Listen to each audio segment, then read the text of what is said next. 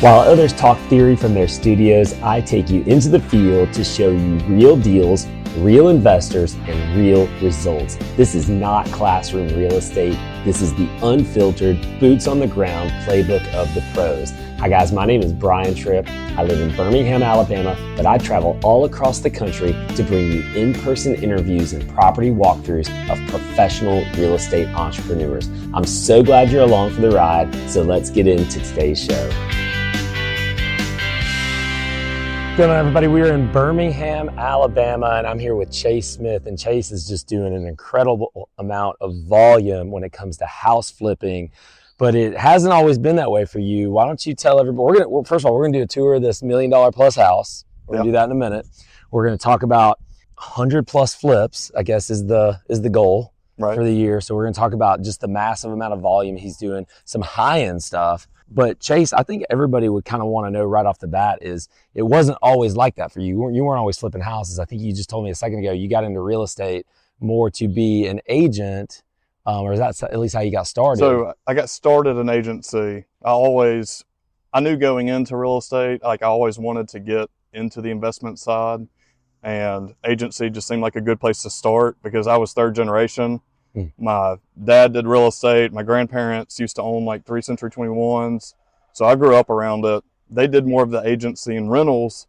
And by the time I was coming up, flipping was more of a thing. Of course, there were still, rental properties and everything. But back when they were doing real estate, flipping was kind of unheard of.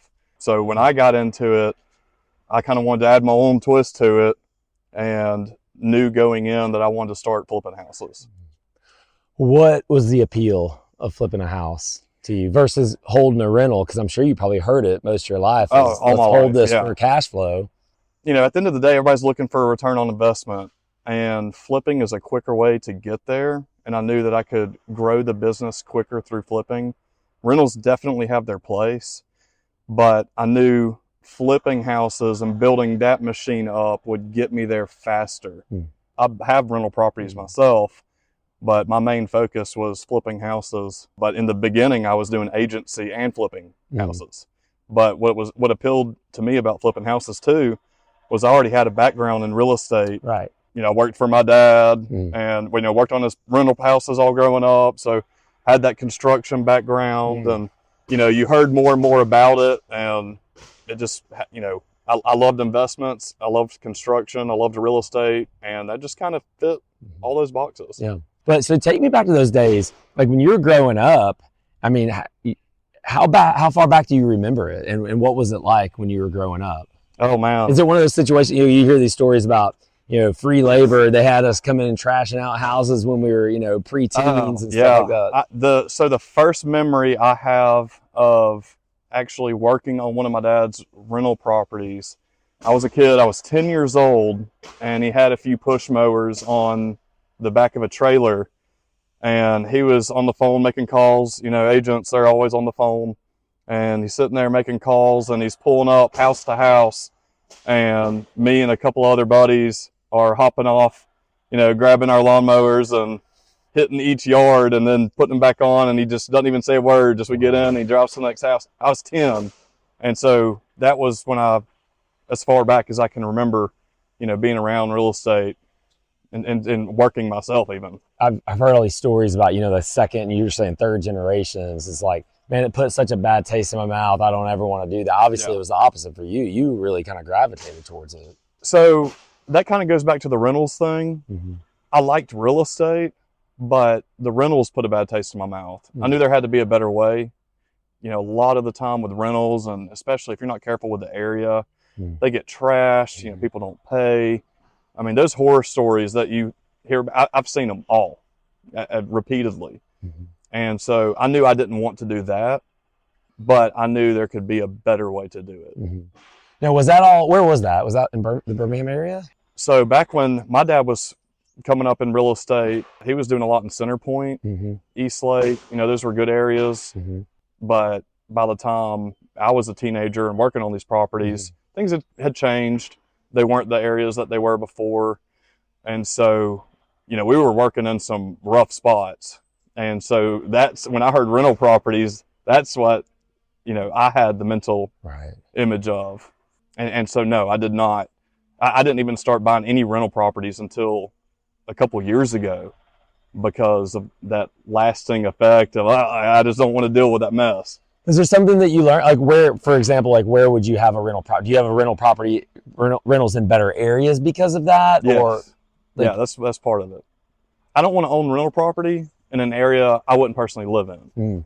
And, you might pay a little bit more for it, but in the long run, you might have less in it because, people aren't tearing it up every time their lease is up. For sure. So, okay, so you've been flipping houses. When did you get started? What year? How long have you been doing that now?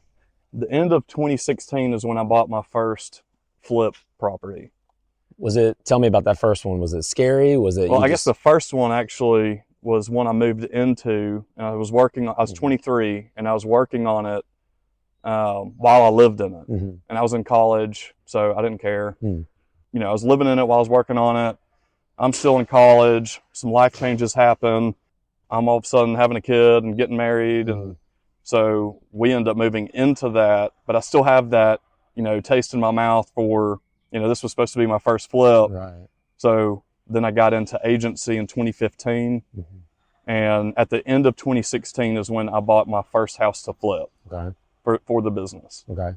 Take me through that. What was that like? What was it like getting funding for? How'd you fund it? Were you, was it a really great deal and you knew you had a lot of margin? Were you nervous about the margins? I had a pretty good idea of values, and, being around construction my whole life, I knew what things cost. Yeah. So that I wasn't very worried about. And I'm a numbers guy, and so I was easily able to, pull some numbers and know what it would resell for. The market wasn't what it is today. Right. In 2016, so I didn't know, how long we would hold on to it or anything like that. But the first few houses I ever did, I had an investor where we went in, 50-50, but he funded the whole thing. And, to me, that was totally fair because he's taking a big risk on me. I'm this young kid, and I didn't pretend like I knew everything. So he was taking all the risk. I was really risking my time, but he was willing to take a gamble on me. And so, And you found the deal. Right. I brought the deal to the table. You were going to manage everything. You printed everything out, showed them, like, this is what we'll have in it. Here's what it'll sell for because of X, Y, and Z. And how'd that go? History. The first one went really well. I had a couple of them right after that. The first four, I was partnered with a certain person, and not everybody's meant to be partners. Yeah. And so the first one went really well, and the other three were disasters. We didn't lose money on any of them, but we didn't make what we should have. And it's so bad. In fact, I said I wasn't flipping houses anymore, and was like, I'm just going to do agency. Like, I can make plenty doing agency. Somebody else can, it's for them. And a buddy of mine, Chris Mays, was like, oh, come on, man. Like, I've got a crew. Like, you just had a bad partner. Let's do this. And I was like, I'll give it one more shot. And so Chris Mays and I partnered up and went really well. And Chris was a great partner. And so we've remained partners for a couple years and flipped a bunch of houses. And then, we ended up growing apart. Nothing happened. We just knew it was time. He wanted to take his business somewhere. I wanted to, keep growing mine. And there's a big age difference there. We were in different stages of life. But I can really thank Chris for keeping me in it and being like, hey, man, you already know how to do it. Just let me keep you in the game a little longer. Yeah. And thank God he did. Now, was that from a money standpoint? He came in and brought the money, or how did you fund it? I had the know-how, and Chris is a people guy. He had the people. He could get, he got us the financing. He got us the crews, whereas before I was doing all of it, but the guy did have the laborers, and that's where we were really, it didn't mesh right. But I had the know-how and already had some contacts for some other stuff involved in flipping. And so it was a great partnership. Yeah. So what were some of maybe after those first four, and then after you left that partnership with Chris, what was maybe some of the challenges going off on your own, kind of doing it by yourself? How were you able to kind of get that machine rolling? You know, by then I had established some good contacts. You know, I still had some investors, and by then I was a few years into flipping houses. So I just didn't need a partner, and neither did Chris. I'm trying to remember what challenges exactly. I mean, I had gotten better and better lender relationships by then. I wasn't splitting part of the profit. I was just paying simple interest. And a couple of those people I still use to this day, because they like, you know, making a return on their money. And, you know, at the bank, they're going to make, you know, maybe 1%. Right. And so they like keeping their money out with me, and they were faithful to me and took a gamble on me in the beginning. So I still to this day let them, you know, fund whatever they want. Yeah. Yeah. So let's fast forward now to what kind of, I maybe guess where we are today. Just the kind of the volume that you're doing, you know, doing 50, 60, 70 flips in a year. I mean, that takes a lot. That's a big machine. There aren't probably count on one hand how many people are doing that in our area. What does that take? What were maybe some of the growing pains, some of the challenges to go from, I don't know how many you were doing in the beginning, a dozen or so, to actually getting to these 50 plus, 60 plus, and now you're on pace for 100 this year. Yeah, we're on pace for 120 this year, 120, 125. We more than doubled every year for a while. The first year I did 2, you know, and then it was more than doubled. You know, it might have been like 6 and then 12. But all of a sudden it was 25, then it was 50, and 2021 rolled around. I think that year I did about 70, 75, and 2022 I did 95. So I took another big jump. 23 slowed down. The market got crazy on us. You know, people were freaking out and all that. Interest rates cranked up. Yep. So we slowed down a little bit. 23 was the first year that I hadn't grown in real estate since I started in 2015. And we dipped down a little bit, back down to about 75 for 23 and probably about 80 for 24. And then it's the switch just flipped and jumped right back on a growth projection. And like I said, we had finally touched that 100 mark.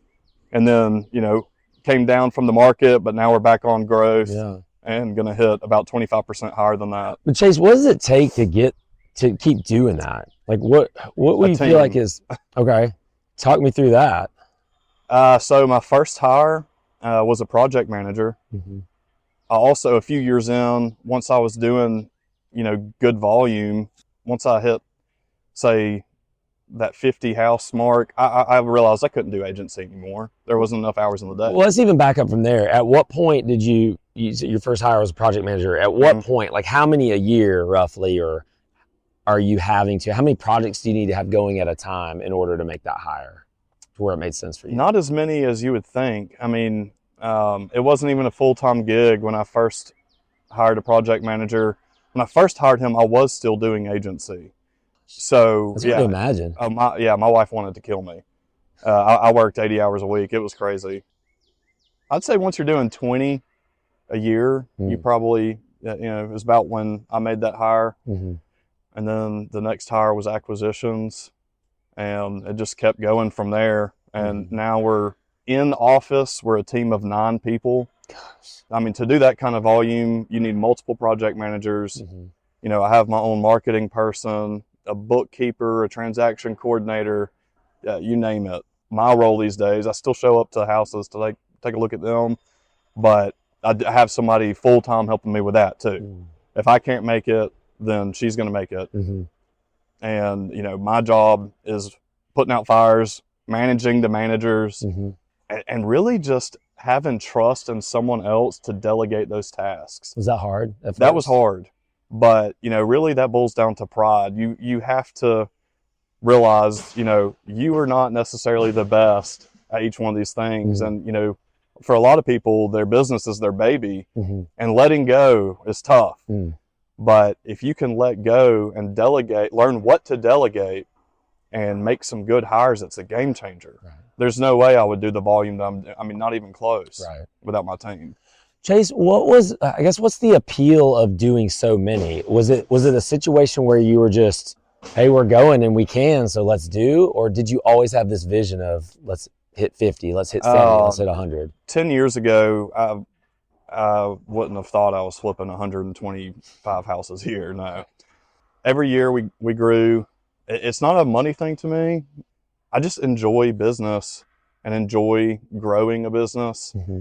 It's kind of like a game of Monopoly to me. Like I just enjoy it. Setting goals, Mm-hmm. you know, meeting them, not meeting them, and still setting them higher. You know, that's really it. And, you know, especially once I saw setting these high goals, I'm like, man, like we're actually getting that. It was 7 years in a row I didn't hit my goal. But every year it still went up. Mm-hmm. And that kept me, you know, hungry and like, I'm going to hit this goal one day. For me, it really is just a passion for doing good business. Where do you see this going? Like, project out the next 3 to 5 years. I think within 5 years, we'll be in a few different markets in Alabama. That's next for you? Probably Georgia as well, yeah. We're already buying properties in a couple areas in Georgia. Like going towards Atlanta?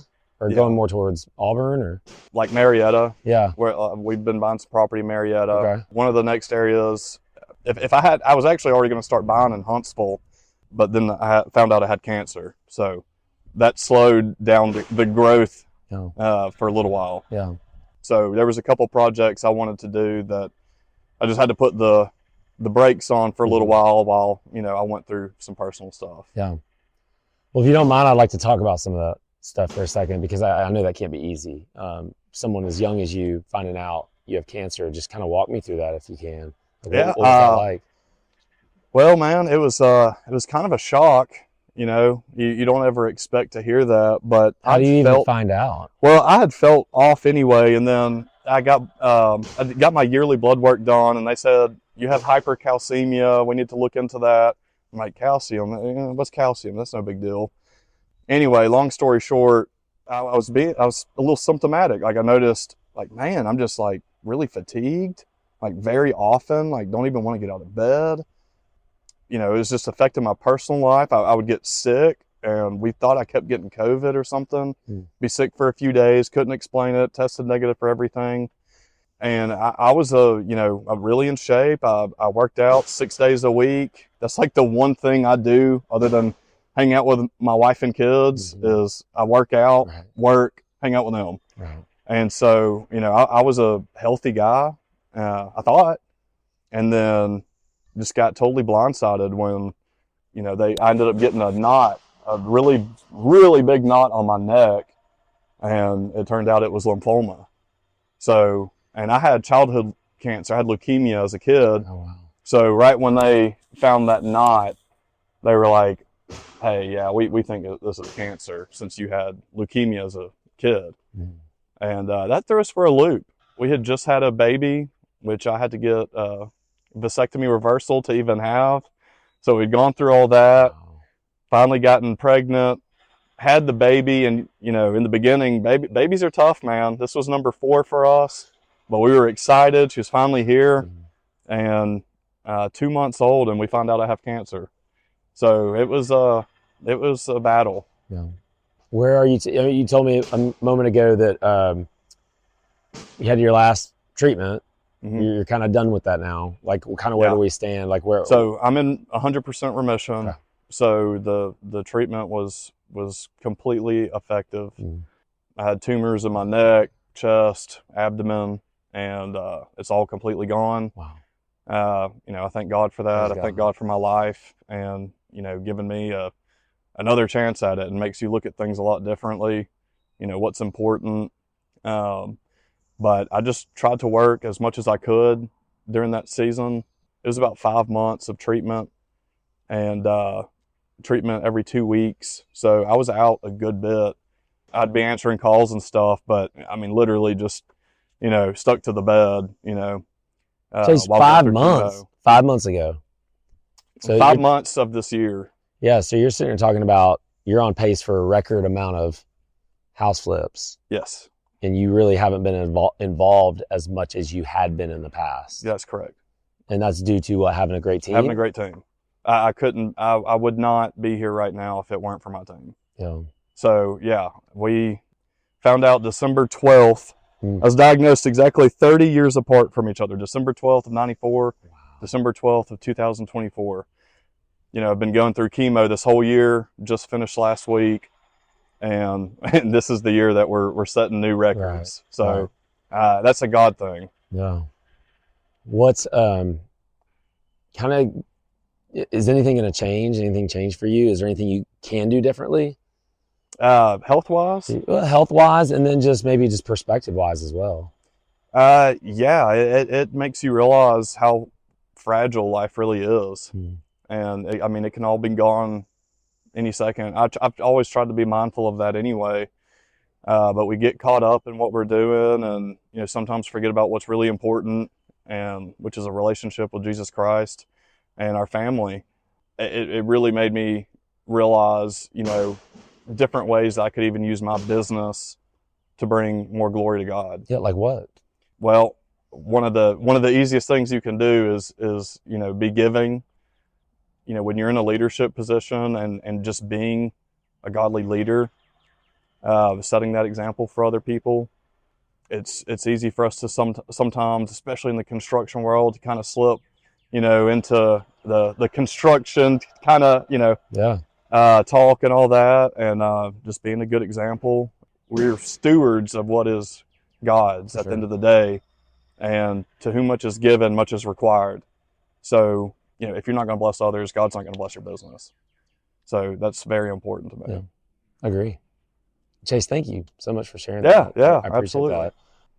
Let me ask you something. Who's in your corner?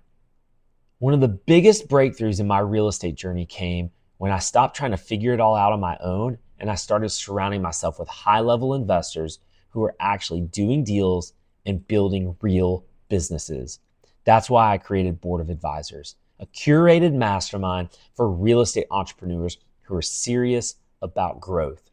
We're talking real conversations about cash flow, hiring, deal flow, burnout, and strategy, the stuff that actually moves the needle. We're meeting October 6th and 7th in Birmingham, Alabama. And if you've been feeling stuck or isolated, or like your business could grow faster with the right people around you, then I want you to go to boamastermind.com and enter that promo code podcast. That way you get a deep discount, and that way you can join us. And when I say deep discount, I really mean it. I'm literally only covering my costs to host the event. So go ahead and go to boamastermind.com, enter that promo code podcast, and join us here in Birmingham. And I just want to be clear here, this isn't one of those flashy masterminds full of influencers trying to build their followings. This room is built for operators, real estate investors who want to scale their business, not their social media presence. Go to boamastermind.com, enter the promo code podcast, and meet me in Birmingham on October 6th and 7th. We're going to take a tour of this. What'd you say, 1 point? So we're going to start at 1.4. So they're going to list this for 1.4 million when they're done with it. That's what we would call a high-end flip. Chase, kind of take me, what are we going to do? We're going to be walking through this house today? Yeah. Tell me about it. So we found, a house this size takes a while to flip. Even the demo on something like this can take a few weeks when you're dealing with a bunch of bathrooms and right at 7,000 square feet. Woo, that's a big house. It's huge. Have you flipped a house this size before? Close, but this will actually be the biggest house I've done. Gotcha. So our bread and butter houses, you're anywhere from 1,500 to 2,500 square feet. I'd say that's normal, but we do, several times a year get some properties that are 1 million plus, and typically those are going to be 5, 6, 7,000 square feet. Yeah. This one was built in 2000, so we're going to do stacked stone on this part, and then the body of the house will be painted. We're going to take off the old shutters. A lot of people, instead of doing shutters now, are doing a board above the window, so we're going to do that. This one has a main level garage and the basement garage. So you've got 4 parking spaces. And guys, real quick, this is obviously an active job site. It's going to be loud, so bear with us. So one of the things about flipping a high-end house like this, some of you're going to have a lot of big ticket items. Whereas some places you're flipping a normal house and it's like kitchen and bathrooms are the big ticket items. Well, a house like this, your main chandelier can be a big ticket item. Your front door can be a big ticket item. Give me an idea, like a big ticket item. Like, give me an idea. What will this front door cost? Okay, so the front door that's going here is, just a big metal, thick front door, and it's going to be about $12,000. The appliance package, whereas we usually spend about $1,500, will be about $25,000 here. So there's going to be a lot of money spent on this rehab. So give me an idea how much money you think you're going to spend on it. What are you projecting? Well, I'll put it this way. I'm hoping to keep it at $250,000, but wow, that could hit 300 really easily if you're not, especially if you're not watching it. Right. So you've got the foyer here, and 1 bedroom and full bath right here next to your master suite, which is perfect for a young child or a nursery. Now, this master suite itself is probably around 1,200 square feet. The closet itself is the size of a bedroom. Here is our future master bathroom. Gosh. So we'll have a very nice freestanding tub here with a standalone tub filler, huge shower. Sometimes we cancel stuff like this if there's any issues, but there's 2 skylights in here that bring in a lot of natural light, and it's so unique that we're actually going to leave these. There's no leaks or anything like that, and it just really helps bring in a lot of light. Here's the water closet. The toilet room? The toilet room, where the real business happens. That's the water closet? Is that what you call it? The water closet. Wow, I've never heard that. I picked up a few terms being in real estate for a decade. I've never heard that phrase. Okay. So here and here you'll have the vanities. Okay. You can't just go to Home Depot and buy a $600 vanity. Okay. We're having the cabinets custom built, and we're actually, rather than going with marble countertops, we're doing porcelain. It has a lot better color, kind of the newest thing, but marble, even though it's nice because it's stone, it's actually kind of brittle and not very durable. You can get marks on it really easily. Your pots and pans, if they're hot and you put it on it, you can damage them. And there's a lot of inconsistency in the color. Well, porcelain, since it's made, is perfect color all the way through. And it's much more durable, and it's still very expensive. It's a lot more than granite or even quartz countertops. So that's another thing to consider in a house like this. But in here is the actual bedroom, and you have an ensuite over here on the left that most people would use for either a nursery, an office, or even a library. I know that's what my wife uses ours for at our house. And you have the nice little fireplace in here, but the stone around it's got to be redone. And you look over here, you have access to the large back deck from the master bedroom. Chase, I'm going to ask you how you found the deal, but what kind of condition was this house when you first got it? Oh, it was filled with stuff. It was a hoarder home for sure. And that takes a lot of demo, I'm assuming. A lot of dumpsters. Yeah, we've already used 16 30-yard roll-off dumpsters here. 16. Yeah, it was a lot of square feet to fill out, and they did it. It was a financial distress situation. We kept them from foreclosing on the property. If they had foreclosed, they would have gotten nothing. We were able to come in, do a cash deal, close quickly. So we saved their credit and put money in their pocket. So that was a win-win. Wow. Okay. So back through the foyer, we're coming to the main living areas. We got the formal dining room on the left and the living room dead center. And then at the fireplace over here, we're going to be doing stacked stone on this all the way up as well to match what we're doing on the outside. Oh, sorry. Now you want to talk about spending some money. We're going to spend some money here. So tell us where everything's going to be. You're going to put an island back, your cabinets. Yeah, it's going to be reconfigured. We're actually going to have 2 islands because they're going to go this way, and we're going to put in Z-line appliances. That's the new cool appliance to have. So that's what I was going to ask you back there. How do you know porcelain? How do you know to do that? How do you know to put those type of appliances in? So I would love to claim that I knew that, but we actually brought in a designer on this house because we knew it needed a real personal touch.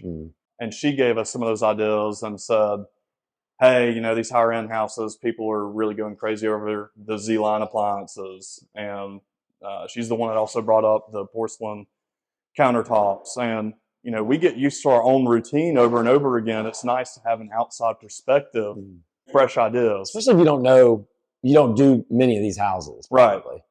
Right. You want to be dealing with somebody that knows what they're talking about, because you could sink $300,000 into this rehab and do all the wrong things. And then you've got a property that's sitting. And all this connects to that deck on the back. So you tore all this out? Yes. So the brick, we felt like just made it look dated. Gonna do the stacked stone. Your main level garage comes through there. And these people obviously planned ahead a little bit, because right here, it's framed in for an elevator. So the elevator is not in and the shaft isn't in, but we're going to use it as an additional pantry. Okay. But you can put, this is framed up for an elevator. So somebody that's, you know, going to be retiring soon, wants to, you know, it to be their forever home, they can always add that as an option later. Now, Chase, I probably know the answer to this question, but why wouldn't you go ahead and put the elevator in? I think we both know why. What's the cost on something like that? That elevator would cost about $40,000 to $50,000. Okay. Most people aren't going to need it. And when we're doing a house like this, we want to appeal to as many buyers as possible. And you'll never get that money back out of it. And you'll never get that money back. There's a small fraction of people that would actually use something like that. Right. And so it's nice for those people to know they can add it, but we've got to decide on a house like this where we're going to spend our money. Right. And $50,000 of it was not going to be on an elevator for kids to go up and down. That's exactly what would happen, by the way. That's exactly what happened in my house. I know that. So big laundry room. Okay. And another half bath over here. Okay. And, you know, you do have the convenience of that main level living with the garage behind you. Right. Well, let's head upstairs.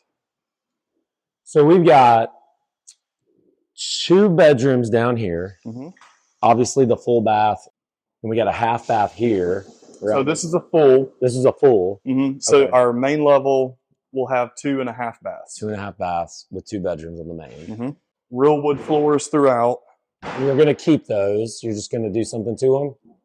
Those will be sanded and restained. They're in great condition, and that's already select hardwood, which is very expensive, and it's never been refinished. So it's going to essentially be brand new once we refinish it. Got it. So a house like this, you even have to consider stuff like your handrails. Handrails are expensive. So we're replacing these that the early 2000s loved so very much, and going with those lateral black metal bars. Wow. This is interesting. And that's where I mentioned the chandelier outside. We'll be putting a really nice fixture here. Right here? So over here, we start the bedroom count all over again. Probably the smallest one up here, and it's still a large bedroom for a kid at least. You've got a Jack and Jill bathroom. But a house like this, you'll be amazed at the size of the rooms. The kid's bedroom in here, I mean, that's got to be, what, 450, 500 square feet? Oh, yeah. It's massive. Oh, wow. And there's a closet behind you. What was this? They did this. I do not know why, but they did this to have that tray ceiling in the master. And we're eliminating that tray ceiling. The tray ceiling really dates it. That used to be a nice feature, but now people like more of the flat, high ceiling with recessed lighting. And then the bedrooms up here each come with their own little playroom off of them as well. Oh, wow. Wow. This is bedroom number 5 for the house. Again, very large, probably 400 square feet in here. How much is it going to cost to paint the whole house? Do you want me to say what it would normally cost someone to paint Sure. this size house? Okay, sure. For you to paint a house like this, just the interior, it'd run you $30,000. Yeah. And that's In walls, 2 weeks? trim, In a ceiling. week at least. It would take several painters 2 weeks. It's a very large home. You have some high ceilings. So in there, you'd probably need to set up scaffolding to be safe. Mm-hmm. And I'm assuming you're painting the whole house. Oh yes. So we are painting the whole house. We're sanding all these floors, refinishing all these floors. Redoing all these bathrooms. I mean, this is just another kid's bedroom upstairs, and look at this ensuite bathroom. It's incredible. That tub's going to be coming out. Another freestanding tub. Why is that? I mean, I think I know the answer, but I'm just curious. Why the freestanding tub? Yeah. It's just a nicer look. Those inserts aren't as nice. Is there anything that you could keep or would keep just to try to cut costs, just try to save something here or there? On some houses, that might work, but in most, it doesn't. Because once you replace everything else, that thing that you kept looks old. Even if a kitchen was redone 8 years ago and it's still a beautiful kitchen, well, when you have completely new bathrooms and paint and flooring and all that, well, all of a sudden that 8-year-old bathroom starts to kind of look a little shabby. And then, of course, everybody that comes through the house is scratching their head like, well, why'd y'all redo the whole house and keep the kitchen? Now, there are houses that we buy that if they were built in the last 5 or 10 years, that, we might buy and just do paint and carpet. And we'll do a paint and carpet that matches everything in the house if it's in really good shape, because that makes more sense than doing a full remodel on a house that's, 7 or 8 years old. On something like this, though, I mean, you're obviously, if someone's to demand 1.4 million, you need to have everything. Yeah, for a tip top. For a high price, you need high finishes. So over here, it could be a 6th bedroom. I don't know why you'd want it to be. Oh, there's another half bath here. And then you have a huge, huge craft room. So this could be a craft room or a playroom. We're calling it the craft room because there are so many cabinets and countertop spaces in here.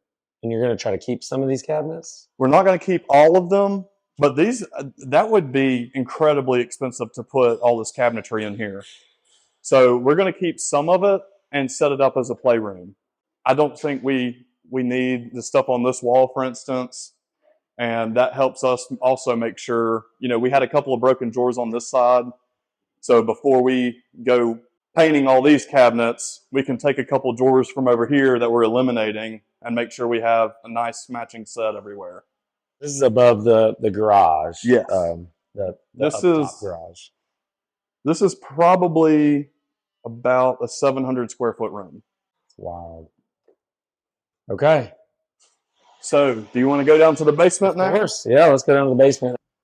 So this was completely unfinished, but it was already framed and was already stubbed for a couple more bathrooms. So it really, even though it's already a big house, when it's already framed up and you're just having to come in and basically do drywall and flooring, it just makes sense to go ahead and do it.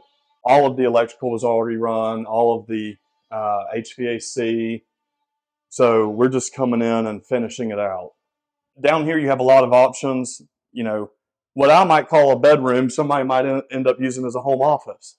Or you could put like a movie theater down here. Yes, and that was actually one of the things that we were doing. This one is set up as a bedroom. This one is set up as a bedroom with another full bath. Okay. You've got a half bath, yet again, right here in the hall. And then this is what I would personally use as a workout room. It's a huge space. You see the common theme in this house. And this is what I would use as the theater room. Because of that alcove over here, what we're going to do is leave most of these as a blank space so people can do whatever they want with them. But I'm probably going to add a bar here and have a kitchenette behind me. And then, so someone can set a projector up here to hit that wall or over here to hit that one. And you've got a nice concession area at the end. Right. Wow. Which would be perfect for a movie theater. Yeah. It's incredible. It's a huge house, and it's going to be extremely nice when we're done. Chase, what's the time frame on a project like this for you? I imagine it'd be different for everybody. It would be. And again, down here, we've got another 2-car garage. And this stuff like this is what you don't see unless you're in a really high-end house. I mean, even the garages are framed up. That's just not common. And you can hear the difference. It's even insulated in here. So these will be, even where their cars go, will be nice, finished areas. And look over here and you'll see what it takes to power a home like this. Gosh. You have 3 panels. Oh yeah, 3 full-size panels. And then you asked me something a moment ago. Time frame, yeah. That really depends. You know, sometimes we get hung up with inspectors and stuff like that, so it can vary a good bit. But a house this size, we've had several men working here for the last few weeks, and we're just now getting to the part where we can start putting things back together. We've had to clean the whole house out. The demo on a house like this is very time consuming. And then we went ahead and had our drywall guy come through here, hang all this drywall, and our electrician come in and put the actual plugs and fixtures in. Now's the part where it all finally starts to come back together. And so we can send our hardwood floor guy through, then we'll send our tile guy through, get our kitchen installed while we're having the bathrooms installed. Then we'll paint it, and simultaneously we'll have someone painting outside and doing that stacked stone. So it's all about getting the house ready to be put back together. And then all those things kind of happen at once, as long as people aren't on top of each other. But to answer your question, one like this is probably going to take us 16 weeks. 16 weeks. That's so 3.5 months, 4 months almost. That doesn't even sound bad. It's not. It would typically someone else, this would take, that has a smaller crew, or someone, I mean, heck, even buying this as an owner occupant, this could easily take 6 to 9 months. Most of our houses we can get done in 6 weeks, 6 to 8 weeks. But one like this, it's a very significant project. Now, it's so significant that you're having to pull crews off of other, because I'm imagining you got a lot of projects going on right now. We mentioned in a previous 50 in the pipeline. 50 right now. Right now. So that counts ones you have under contract to buy, ones you've already bought and probably haven't started yet, ones you are in construction, ones that are on the market haven't sold yet. There's 50. 50. That's a lot. 50 or 51. So is this a situation where you kind of have to pull your resources from some other projects? If you do it right, no. But you want to see movement on something like this. We want to get this thing on the market before the summer's over, because we get more action that time of year. We do have to kind of end up pulling some guys from some other projects, but not bad. We don't want to have anything just sitting. So times like this, we might bring in some extra subs that aren't our typical subs. We're going to want to put our best crews on something like this. So if we're taking a chance on a new guy, then we're giving them the 3-2 in Pinson, putting them somewhere else, and putting our good guys that we know deliver quality here. Just in case there is a mistake or an issue, it's not on a $1.4 million house. For sure. Okay, so take me through some of the numbers, if you don't mind. Love to know what you got it for. Okay. And you already mentioned you're going to try to stay under $300,000 for the budget. I don't see that personally based on everything you're telling me, but Yeah. that'd be Well, awesome. I'm not going to spend $30,000 for a paint job either. Chase, if you don't mind, I'd love to kind of know how you financed it too, because when the clock's running on money on a $150,000, $250,000 house, even it's a lot different than a $1.4 million house where you bought it for a lot, whatever you bought it for, and then plus your rehab money. So I will say this is not the typical deal. This was an extraordinary deal, and it was brought to me. I was told a price, and I said, yes, I can do that. So this was brought to me by an agent, somebody that I've worked with many, many times before. We have a great relationship. They even said, we don't want just somebody doing this. We want you doing this. So let's make this thing work. But I bought the house for $485,000. And so that's a big spread. And again, that is not your typical spread on a house. But few people are willing to take this kind of gamble on one project. So tell me, take it through for the folks that don't understand, because I understand a little bit, but why it doesn't sound like a gamble. Why is it a gamble? Well, our market is really touch and go right now. It is not the same market we were in 2020 to 2022. So things are sitting a lot longer. There's a lot of holding costs. It's a huge rehab. And you never know what it will actually sell for. You can do the best job in the world, but if people aren't buying, they aren't buying. Especially certain price points at different times are affected differently. This was a $500,000 house in Highland Lakes. It'd probably still move pretty quickly, but we're talking 1.4 million. There's very few houses in Highland Lakes that have sold for that kind of money. So you're really pushing the envelope here. Right. It seems like you're doing the finishes or about to do the finishes that would warrant that number. Right. So, and that's all we can do. What I like to say is the rest is in God's hands, and my agent. So we do the best that we can, and the buyer that is supposed to come and buy the property will. We can't tell the future, but high risk, high reward. I do like to set a minimum. I have a number, at all times. It's like, hey, this is my, ditch this house and let's get our money out and go kind of number. And when that number is something that I know I could make a few phone calls and sell it at, it's worth that gamble to me. Yeah. Now, is this a private money situation, or how is this like the interest is rolling? So with the amount of projects that we're doing now, we do use some private money, and I have a couple lines of credit. This particular property is just on a line of credit at the bank, and that's just the purchase.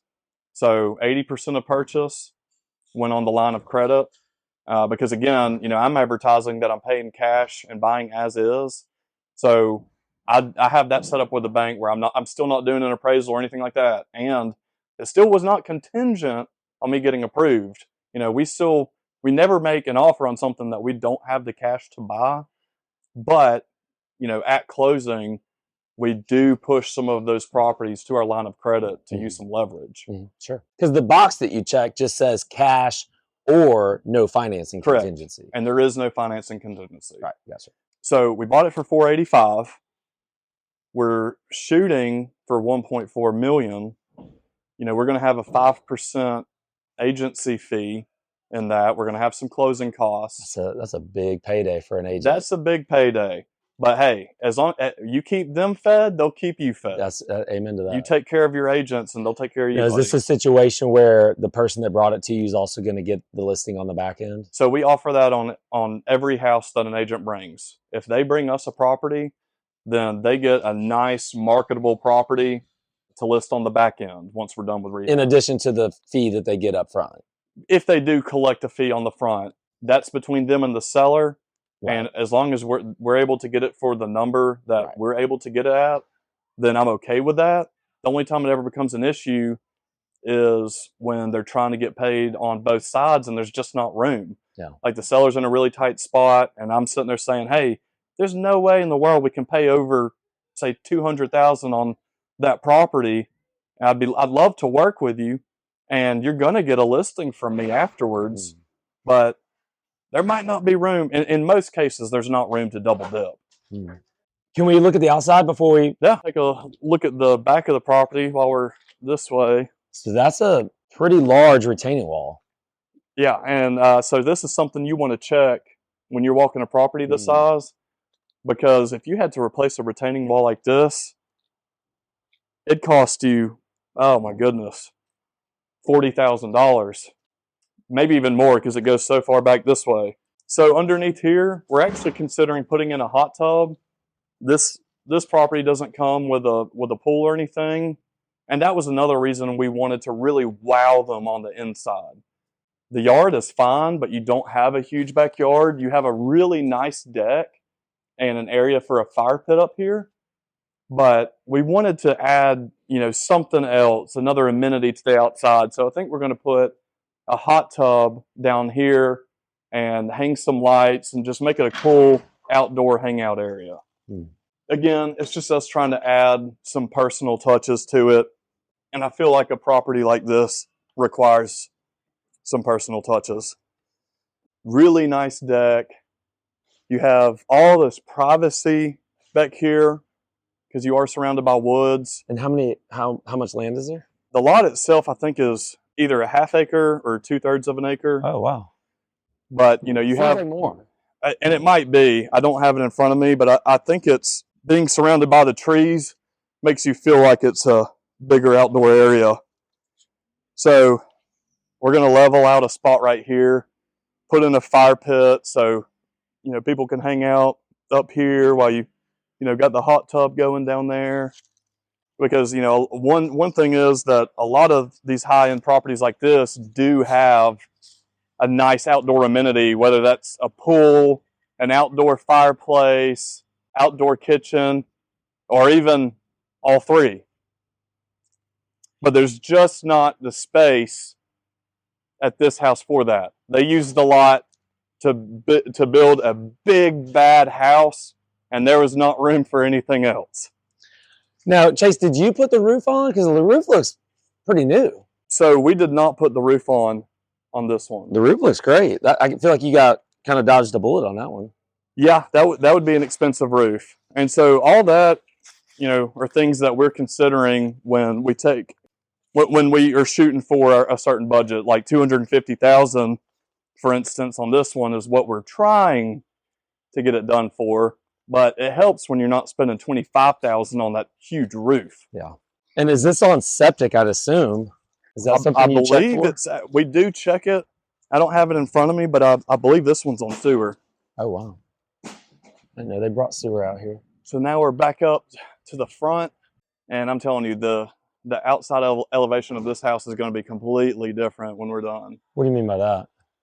Just the face of the front. By the time we're doing a couple different shades to give it some depth on this one. And then, like we were talking about with the stacked stone in the front and taking out those old shutters, it's going to look like new construction by the time we're done.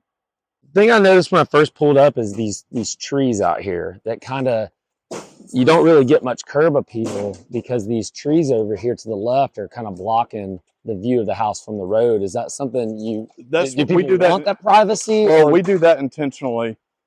We're going to cut all these down, but while we have 12 guys here working on a house, we want to respect the neighbors the best we can. So we leave the landscaping for the last part, especially something like this where we do have so much privacy. Because if we cut them on the front end, then they'd see our dumpster and our trash for 3 or 4 months while we're rehabbing the property. But you can tell, it took us all that time just to walk around it. This is a huge house. Obviously, at the price you got it for, yes, it makes it less maybe intimidating. But is this one of those ones where you maybe, I don't want to say you're nervous about, but this is such a bit. This isn't one you would do every day. At what I got it for, I do it every day. Okay. I'm not nervous about this one because we did get it at such a deep discount. Those break-even, I love looking at break-even numbers. The problem is with a house like this, your comps are not consistent. You are going to have, if I wanted to make a case for it being 1.5, I could. But if I wanted to make a case for it being 1.2, I could select the right things to make that true. So there is such a huge variance on what this thing could go for that, you know, you definitely can't bank on your top number. I wanted to make sure that this worked at like 1.1 and then just try to knock it out of the park on the rehab to where we, you know, could hit its true potential of 1.4. It's almost like you got to hope for a great appraiser, right? Yeah, and you know, it does help when, you know, the biggest part is getting that willing buyer. Because like I said, I mean, an appraiser is going to go in and do the same thing that we do. It's like, okay, here's the price. Is there anything to justify it? So based on what that contract price ends up being, you're going to kind of gravitate towards those other similar prices. And like I said, you could make an argument for a very wide range on price. Yeah. But at the end of the day, something's really worth what somebody's willing to pay for it. That's right. Chase, this is a pretty thorough walkthrough. I don't know if we've done a 40-minute walkthrough before. Is there anything I left out? I don't know. We definitely got our steps in. Well, very good. Chase, I can't thank you enough for taking us through. No, I've had a great time. If you haven't watched the video, make sure you look at that. I'm going to link that up right here. Super grateful for you taking us along on this journey. Hey, I appreciate you reaching out and getting to meet you. Awesome. All right, guys, we're going to see you on the next one. Thanks so much for listening to today's show. Go ahead and hit that subscribe button. And if you got any value today, please take 30 seconds and leave us a quick review. To get connected with me or to become a part of the Board Advisors community, go to boamastermind.com. That's boamastermind.com. We'll see you guys on the next one.